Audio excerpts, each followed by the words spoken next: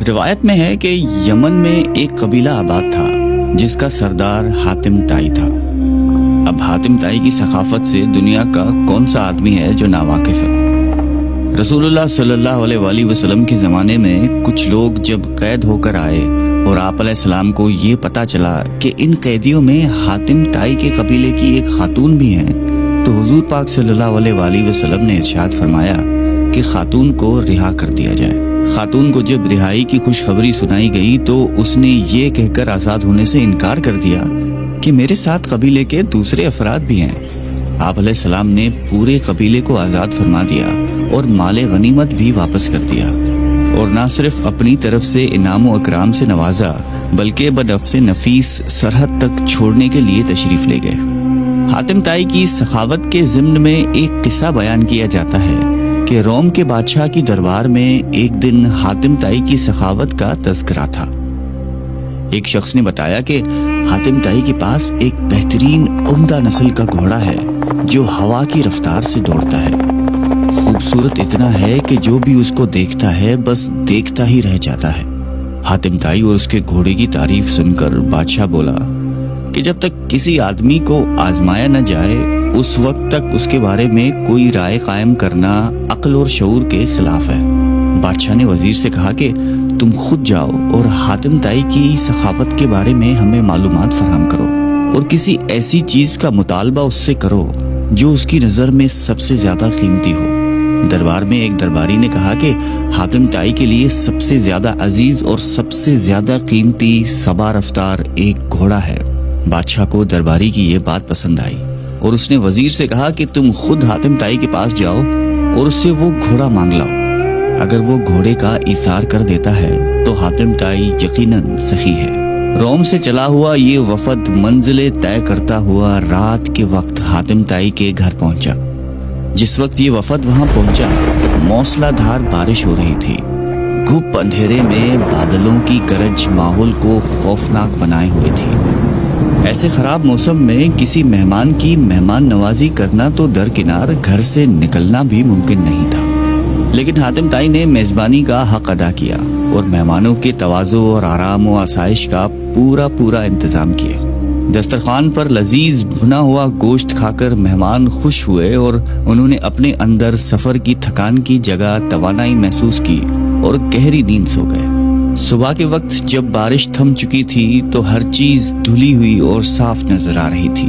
ناشتے کے دوران وزیر نے مہمان نوازی اور اظہار تشکر کے بعد اپنے آنے کا مقصد بیان کیا۔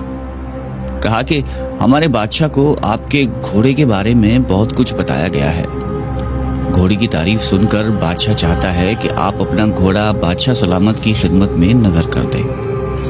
وزیر کی بات سن کر حاتم افسوس کے ساتھ ہاتھ ملنے لگا اور بہت افسردہ ہو کر بولا، اگر آپ گھوڑا ہی لینے آئے تھے تو یہ بات آتے ہی مجھے بتا دینی چاہیے تھی، لیکن اب میں مجبور ہوں، اس لیے کہ میرا پیارا گھوڑا اس دنیا میں نہیں ہے۔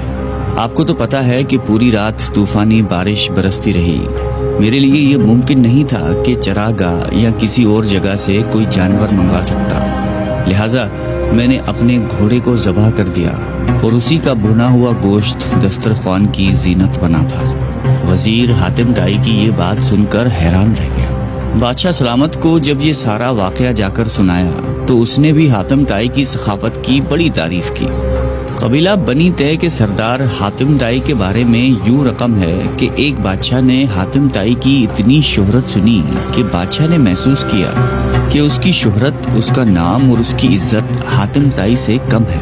بادشاہ کا دل بغض اور حسد سے بھر گیا۔ اس کے دل میں یہ وسوسہ آ گیا کہ جب تک حاتم زندہ ہے مجھے حاتم سے زیادہ عزت و شہرت نہیں مل سکتی۔ شیطانی ذہن کو استعمال کرتے ہوئے اس نے ایک چالاک، فساد پسند اور لالچی شخص کو اس بات پر مامور کیا کہ وہ حاتم کو قتل کر کے اس کا سر اٹھا لائے۔ کرائے کا یہ دہشت گرد اور قاتل شخص اپنے ترکش کو تیروں سے بھر کر اور تیز دھار تلوار کو میان میں رکھ کر حاتم طائی کے ملک کی طرف روانہ ہو گیا۔ جب وہ حاتم طائی کے علاقے میں پہنچا تو اس کی ملاقات ایک خوش گفتار، خوش مزاج اور بڑے ہی پرسکون شخص سے ہوئی۔ یہ شخص کرائے کے قاتل کو مسافر سمجھ کر اپنے گھر لے گیا اور ایسے پیار اور خلوص سے اس کی تواضع کی کہ کرائے کا قاتل اس کا گرویدہ ہو گیا۔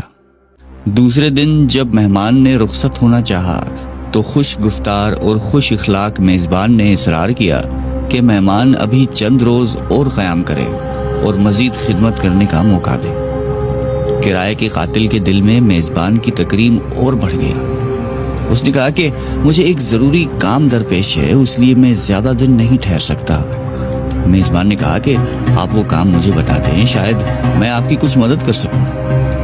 کرائے کے قاتل نے رازداری سے کہا کہ بادشاہ نے مجھے حاتم طائی کو قتل کرنے کا حکم دیا ہے، اس کے سر پر بڑا انعام مقرر کر دیا ہے۔ اگر آپ حاتم طائی کو جانتے ہیں تو مجھے اس کا پتہ بتا دیں۔ یہ سن کر میزبان مسکرایا اور عاجزی کے ساتھ جھک کر کہا کہ میں حاتم طائی ہوں، آپ اپنا کام شوق سے پورا کر سکتے ہیں، کیونکہ اگر یہ کام آپ اسی وقت پورا نہیں کریں گے تو پھر لوگ دیکھ لیں گے اور وہ مذمت کریں گے اور آپ انعام سے محروم رہ جائیں گے۔ حاتم کی یہ بات سن کر کرائے کا قاتل اپنے میزبان کے پیروں میں گر گیا۔ اس نے اپنی تلوار اور تیروں سے بھرا ہوا ترکش پھینک دیا اور کہا کہ ایسے معزز سردار کے جسم پر پھول مارنا بھی گناہ عظیم ہے۔ سخاوت کے بارے میں ایک مجلس میں حضور قلندر بابا اولیاء رحمۃ اللہ علیہ نے فرمایا کہ ایک شخص حضور صلی اللہ علیہ وآلہ وسلم کی خدمت اقدس میں حاضر ہوا اور اس نے عرض کیا کہ یا رسول اللہ، مجھے شہد چاہیے۔ آپ علیہ السلام نے فرمایا کہ عثمان کے پاس چلے جاؤ۔ جب یہ شخص حضرت عثمان رضی اللہ تعالیٰ عنہ کی خدمت میں پہنچا تو وہاں بہت سارے اونٹ بیٹھے ہوئے تھے اور گیہوں کی بوریاں لادی جا رہی تھی۔ اس شخص نے دیکھا کہ ایک بوری کا منہ کھل گیا اور اس میں سے چند کلو گیہوں زمین پر گر گئی۔ حضرت عثمان رضی اللہ تعالیٰ عنہ نے جب یہ دیکھا تو انہوں نے اپنے ملازم سے باز پرس کی اور اس کو ڈانٹا ٹپٹا کہ یہ گیہوں زمین پر کیوں گرا ہے۔ آنے والے شخص نے یہ دیکھ کر واپسی کا فیصلہ کیا اور پھر آپ علیہ السلام کی خدمت میں حاضر ہوئے اور فرمایا کہ یا رسول اللہ، مجھے شہد چاہیے۔ حضور اقدس صلی اللہ علیہ وآلہ وسلم نے پھر یہی ارشاد فرمایا کہ عثمان کے پاس چلے جاؤ۔ سوالی شخص نے ساری کارگزاری بتائی۔ آپ علیہ السلام نے پھر بھی فرمایا کہ عثمان کے پاس چلے جاؤ۔ یہ شخص دوبارہ حضرت عثمان غنی رضی اللہ تعالیٰ عنہ کی خدمت میں حاضر ہوا اور ان کے ملازم سے شہد مانگی۔ ملازم نے حضرت عثمان رضی اللہ تعالیٰ عنہ سے کہا کہ اس آدمی کو شہد چاہیے۔ حضرت عثمان غنی نے فرمایا کہ اسے شہد دے دو۔ ملازم نے برتن مانگا۔ آنے والے شخص نے کہا کہ میرے پاس تو برتن نہیں ہے۔ ملازم نے پھر حضرت عثمان غنی رضی اللہ تعالیٰ عنہ سے عرض کیا کہ حضور، اس کے پاس تو شہد لینے کے لیے برتن ہی نہیں ہے۔ حضرت عثمان غنی نے فرمایا کہ شہد کا کپا اٹھا دو۔ آنے والے شخص نے کہا کہ میں کمزور آدمی ہوں، اتنا زیادہ وزن تو اٹھا نہیں سکتا۔ ملازم پھر حضرت عثمان غنی رضی اللہ تعالیٰ عنہ کے پاس گئے اور کہنے لگے کہ آنے والا شخص بہت کمزور ہے اور اتنی شہد اٹھا نہیں سکتا۔ حضرت عثمان غنی رضی اللہ تعالیٰ عنہ کو ملازم کی بار بار مداخلت پسند نہیں آئی۔ ذرا تیز لہجے میں فرمایا کہ اونٹ پر لاد کر دے دو، اور آنے والا شخص اونٹ پر شہد لے کر چلا گیا۔ یہ واقعہ بیان کر کے حضور قلندر بابا اولیاء رحمۃ اللہ علیہ نے فرمایا کہ مجھے اس بات پر حیرت ہے کہ ہر مسلمان دولت مند بننا چاہتا ہے، لیکن کوئی آدمی حضرت عثمان غنی رضی اللہ تعالیٰ عنہ کے طرز عمل کو اختیار کرنا نہیں جانتا۔ یہ پیغمبرانہ اوصاف اور طرز فکر جب بندے کے اندر متحرک ہو جاتے ہیں تو وہ دیکھ لیتا ہے کہ کوئی شے براہ راست موجود نہیں، ہر چیز کا وجود اللہ کی حاکمیت پر ہے، سارے جہانوں کا بادشاہ اللہ ہی ہے۔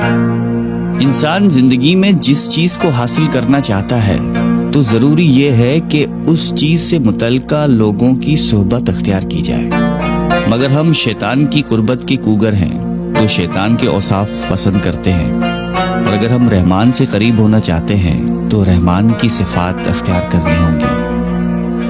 اگر آپ بھی اللہ تعالیٰ کی قربت اختیار کر کے کائنات میں ممتاز ہونا چاہتے ہیں تو اللہ کی مخلوق کی خدمت کیجیے۔